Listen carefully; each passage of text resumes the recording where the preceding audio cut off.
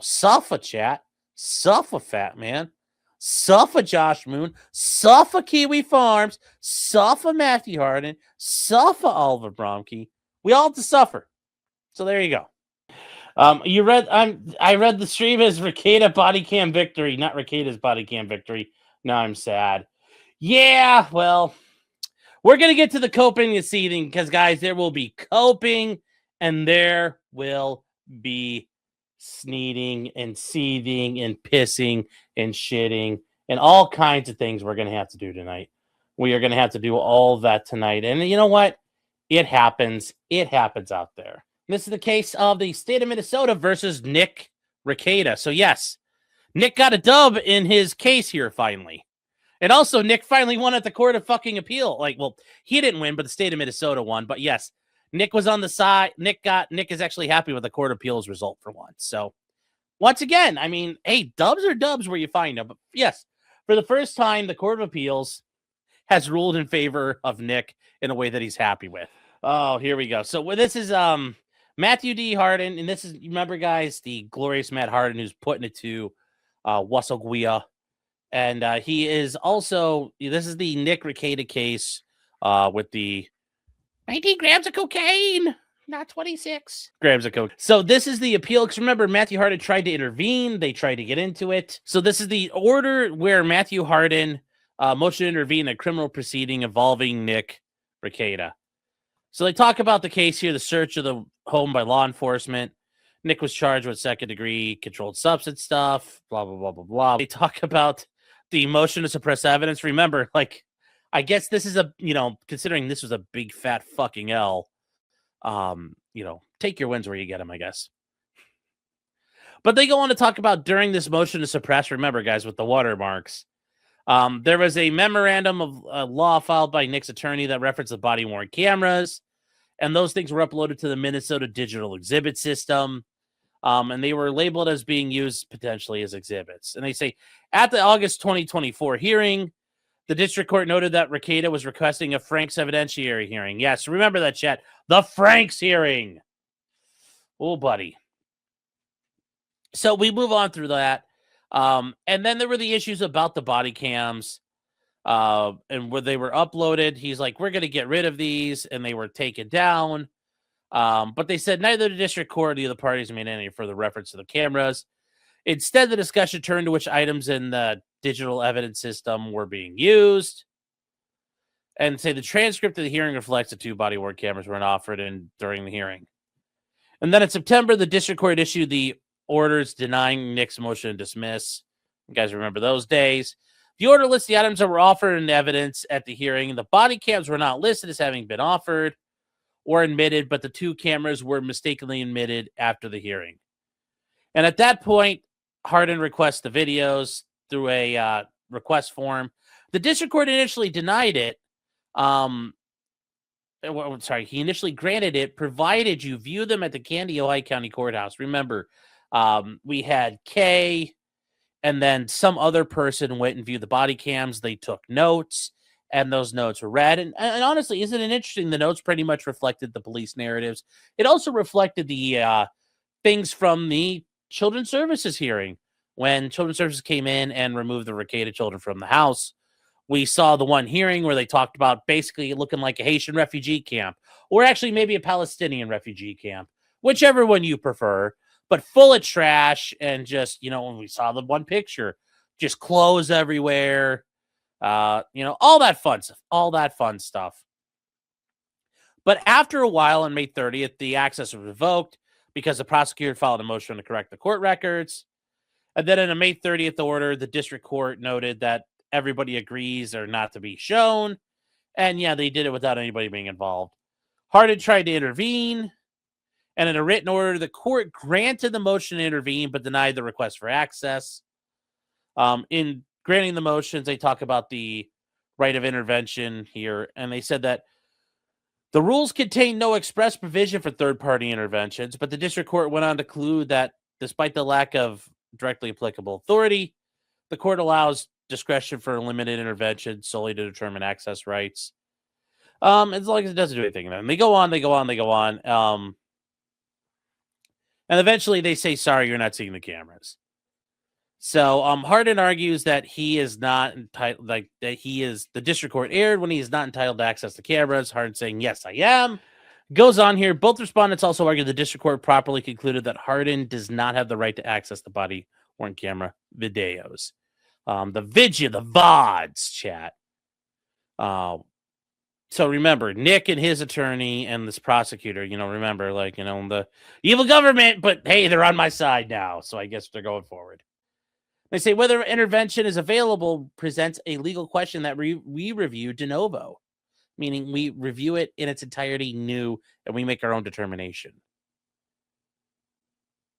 And they say that the Supreme Court has adopted procedural rules governing both criminal and civil cases, and that's true in almost. I don't think any state hasn't. I mean, every state has rules of civil procedure and criminal procedure. The rules of civil procedure allow for intervention under specified circumstances, but the Minnesota rules do not include any rule that allows for. Point out that allowed. I'm saying here that nor is there any binding case law recognizing the right to intervene in a criminal case, even for the limited purpose of seeking access to court records. Or said, put another way, there is no Minnesota court rule precedent allowing or providing intervention by a third party in a criminal proceeding to pursue a civil remedy, as Hardin requests here. The district court recognized it in its order, but allowed it for the purpose of determining access rights to the body-worn camera videos. Because there's no authority, we conclude the district court erred when it granted the motion to intervene. So it's saying we shouldn't have even gotten that far. And they say our conclusion is reinforced by the constitutional protections offered by the defendant in a criminal case. Yep. And they say both the Minnesota and federal constitutions protect the right to a speedy trial. They say allowing intervention in criminal cases to determine access to court records could disrupt or delay the proceedings. And they say that consideration strengthens our conclusion that there is no right for a third party to intervene in a criminal case in a Minnesota state court to seek access to court records. Yep, there you go. Say it can't do it. And they argue, they point out that Matthew Hardin offers some authority from jurisdictions that have permitted it. And they decline to do it because, hey, it's non-binding. And courts have the right to do that. You could say it's persuasive, but it is non-binding. And that's how that goes. These are persuasive, but not precedential for you. And that you are make the arguments.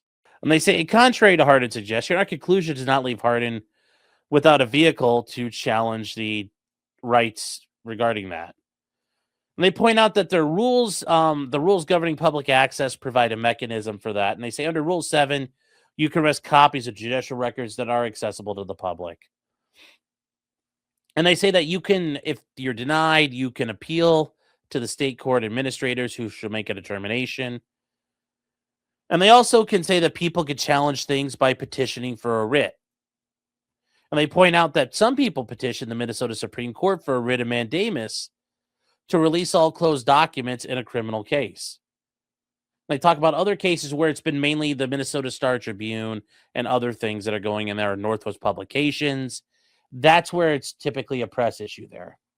They say grid parties may use these processes to vindicate their rights without infringing on a defendant's constitutional right to a speedy trial through a necessary delay of proceedings. Now, you might say, wait, Nix wasn't in that situation. You're right, but the court is speaking in generalities. They're not just opining on Nick's case. They're saying in a general term, we're not going to allow this. And they say, we therefore seek to conclude Hardin didn't have a right to intervene. And they say, even assuming he had a right to intervene, the district court properly denied access to the cameras. They say a recent order of the Minnesota Supreme Court provides exhibits uploaded and stored in MNDS, but not offered to the court, are not case records under the judicial branch, as defined in our rules of public access, are not publicly accessible. And they say here the record reflects that the cameras were never offered in evidence. As a result, Rekieta's counsel uploaded the cameras in question before the hearing, but his counsel decided to get rid of those exhibits and never offered them. Which, I mean, considering they're all excited, I still don't understand how that works. But hey, Minnesota wants to do it. But in the meantime, like I said, chat, we'll cope with the fact that we know everything and the allegations are true, because notice nobody's tried to correct the record by releasing portions. They say the clerical error marking these videos admitted does not make them publicly accessible. It is a fact that a document is offered to the court that converts such a file into a publicly accessible document. And I see here the record is clear. No such offering or acceptance took place. And I say because the videos were not offered into evidence, the order directs that the videos are not case records and not publicly accessible. Therefore,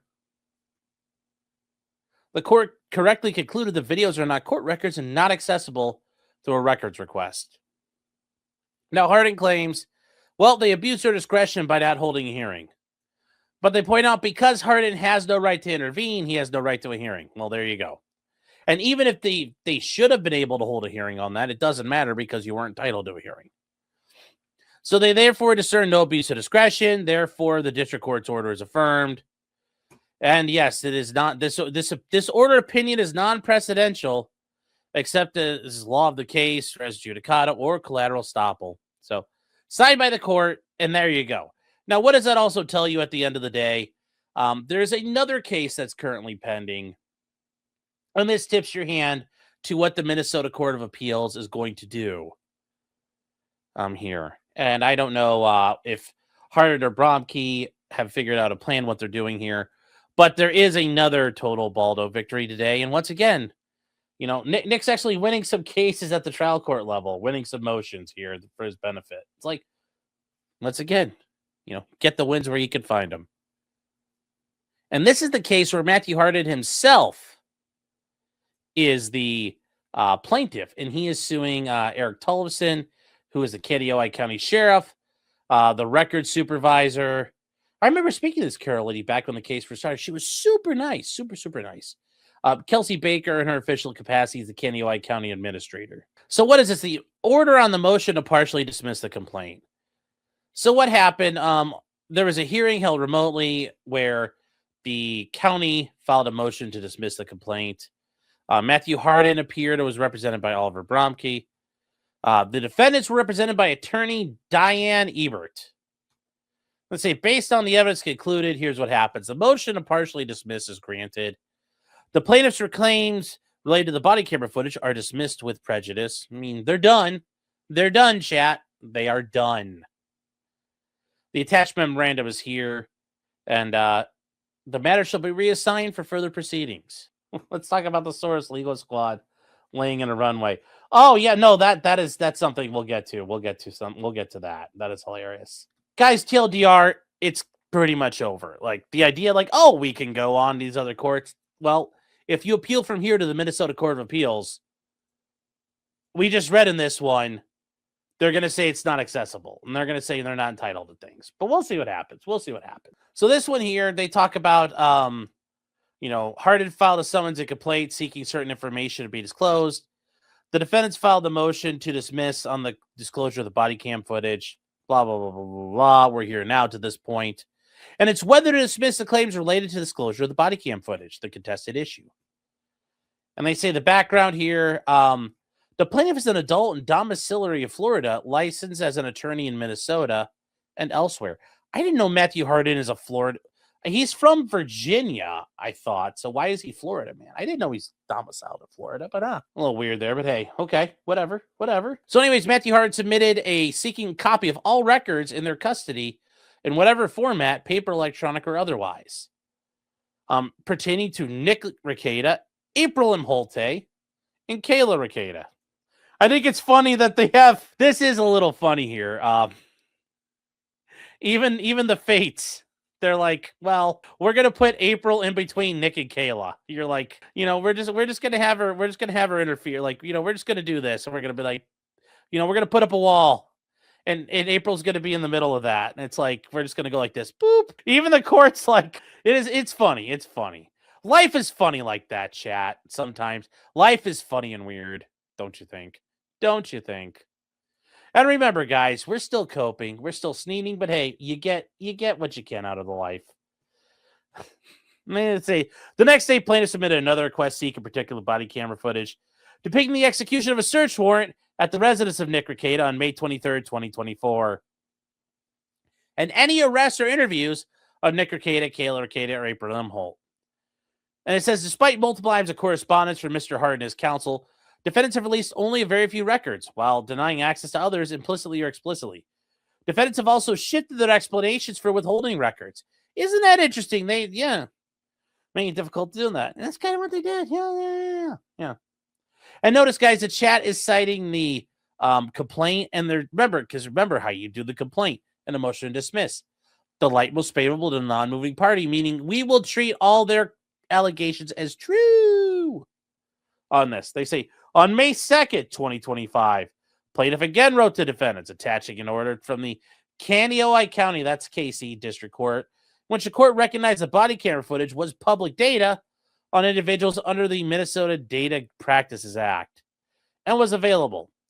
The county attorney filed a motion to alter the court's records in the Rekieta criminal case so that certain exhibits would be not designated as received. And remember, that is kind of touching back on the other case. This motion was filed with the intent to strike certain exhibits from the record, make them inaccessible. The attorney did this without notifying plaintiff or his counsel, without giving the opportunity to be heard, and with an effort to frustrate the access to the records. And they say on May 30th, unaware of the full circumstances behind the motion, without any hearing, the court entered an order which purported to correct its records, indicates certain evidence was not received through the MNDES system. And on that basis, revoked all previously allowed public access after the two interested parties had viewed the footage at the courthouse and a third had scheduled a viewing. Yep. This error was provoked by the county attorney who acted on behalf of all defendants to frustrate the rights under the Data Practices Act. And they say, upon receiving the order, the attorney sent a letter to plaintiff denying his request in full. Not only was the order correcting the records obtained by collusive efforts and a nominal defendant seeking the same outcome without providing notice, they say, but the order was in excess of the court's jurisdiction. So they talk about that. All right. And we go on here.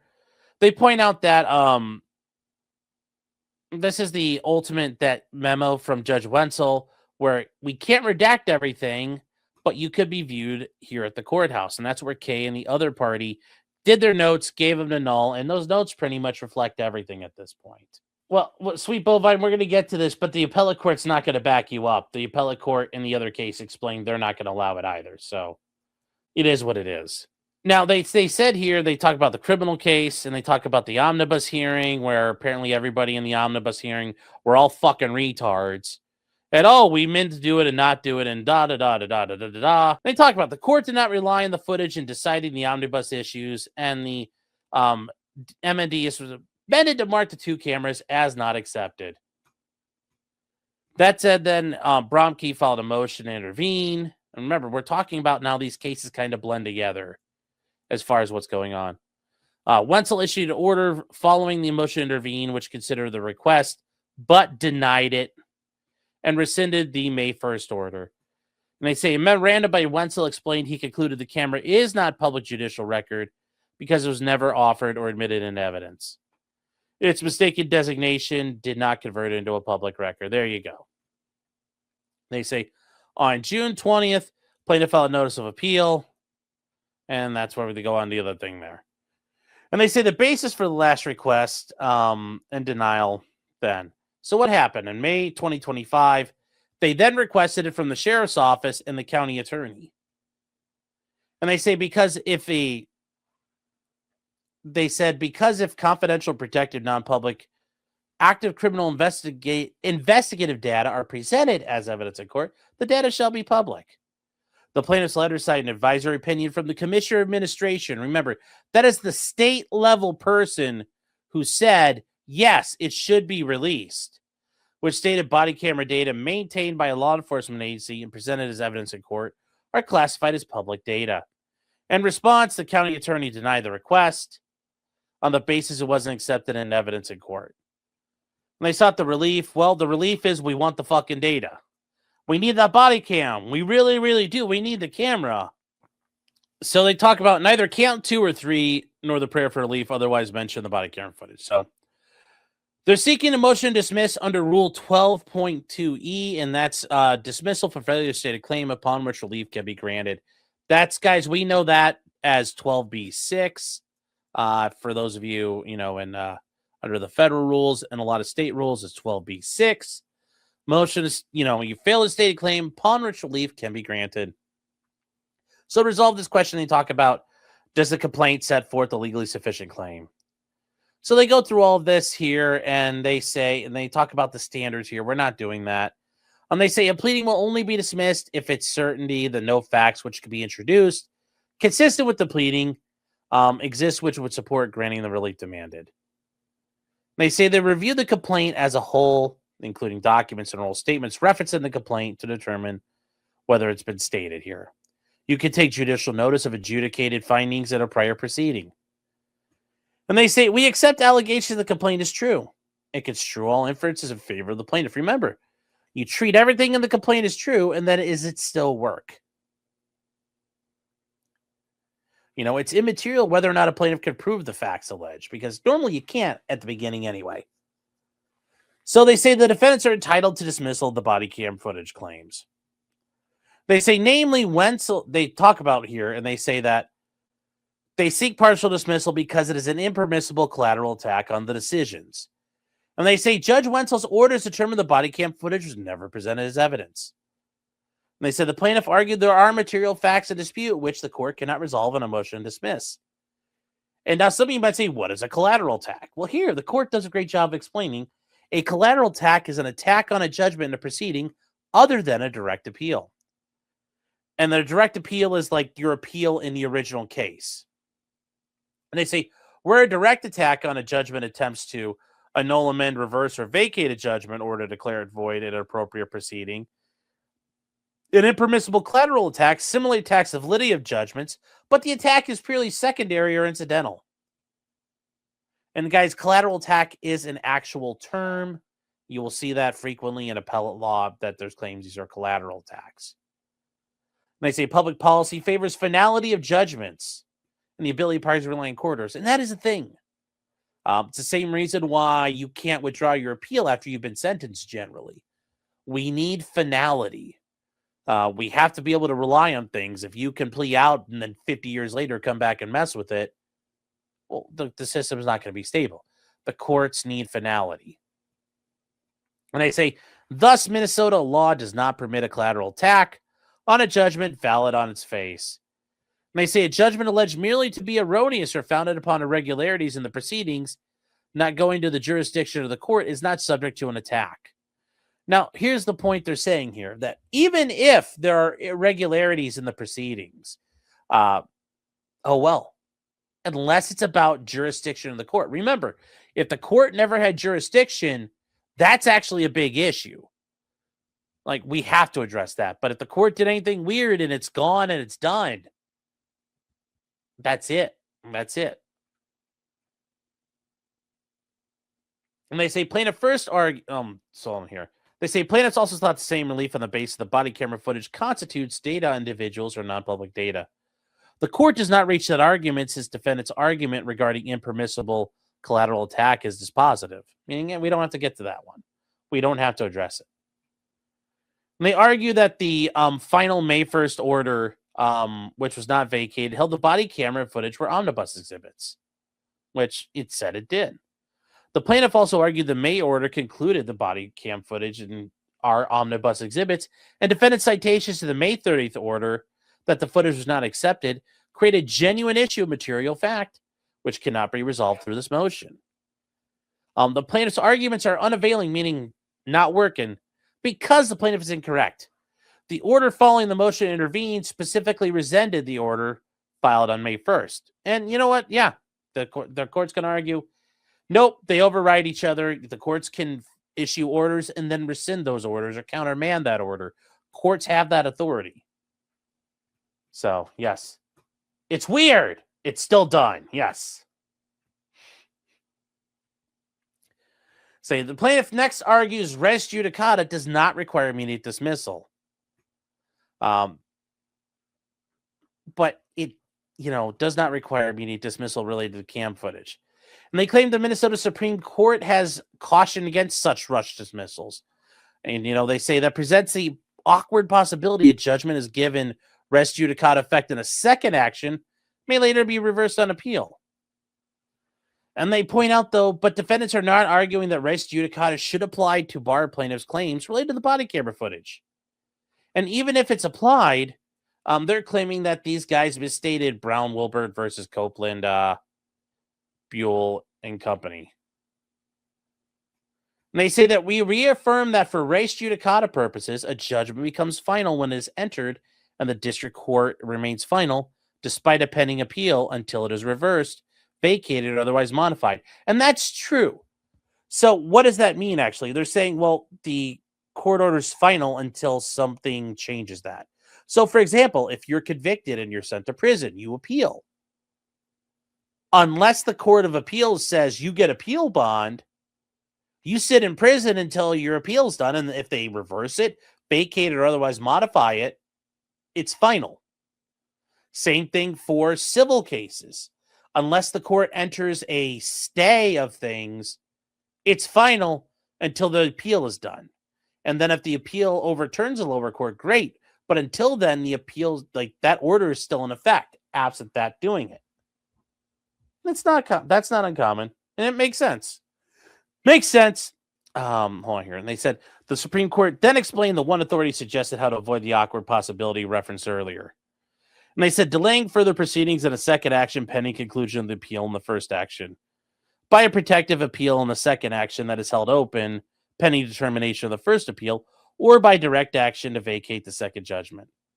They point out that not only did the Minnesota Supreme Court not caution against dismissal or advise of that awkward possibility, but it in fact articulated the other options which plaintiff ignores. So they're saying, no problems here. So are we getting the body cam? Are we going to get the body cam when Baldo violates a sentence? No, we're probably not going to get it. We're not going to get it unless April leaks it or Kayla leaks it, or maybe Nick decides to leak it at some point or give it up. Otherwise, we're never going to see it at this point. So, oh well, that's a TLDR.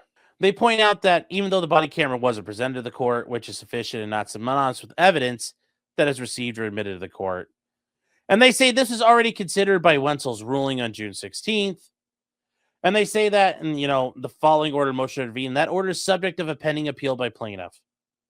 Meaning, remember, they're referencing the other case we just covered. And they say Judge Wenzel's orders determine body cam footage exhibits were never received as evidence. Therefore, and precedent cited above indicates his decision is final despite the pending appeal. So once again, that is also final. Remember, Judge Wenzel's decision is final till the Court of Appeals overturns it. And they never did. So guess what? It's still final. Which means now you're here trying to overturn the final ruling. And they're saying, we're not going to allow that. We're not allowing that. That is a collateral attack here. They say if it were not applied thusly, this court would in effect allow Hardin in his civil action to ignore Wenzel's decision by granting Hardin access to body camera footage on a basis that would contradict Wenzel's decision. And they put out, while Wenzel's orders only had the effect of denying plaintiff the camera footage, Wenzel's decision is likewise determinative of the access to the same from the sheriff's department, who is the original custodian of that evidence. Because remember, the sheriff's office raided, they're the ones who had the body cams, they retained that footage originally. And they point out here once again whether the exhibits were received as evidence was the basis of the last request. And they say, in sum, both parties have made Wenzel's earlier decisions central to the civil action because they maintain opposing stances. And they say the decisions regarding the body camera footage are determinative of the access to body camera footage through the civil action, and his ruling should be accorded the finality and the ability of parties to rely on it, in which public policy favors. So they're making a public policy argument. Remember, the public has to rely on it as a whole that court cases are going to be final. Patty says, how do these body camera channels get them? Because most states have open and transparent things. That's why a lot of body cam footage is out of like Ohio, Wisconsin, or Florida. We actually have transparent government. Minnesota has a bunch of fucked up gay laws that protect all that data. In the aftermath of George Floyd, that stuff got passed. So, that's how it goes. That's how it goes. Which sucks, but it is what it is. Remember, Minnesota is a gay state. It's a state full of gay communists. Because that's who runs the state. It's a state run by a bunch of gay communists. So.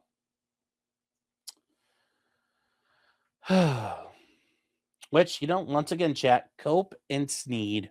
We are doing. They say that,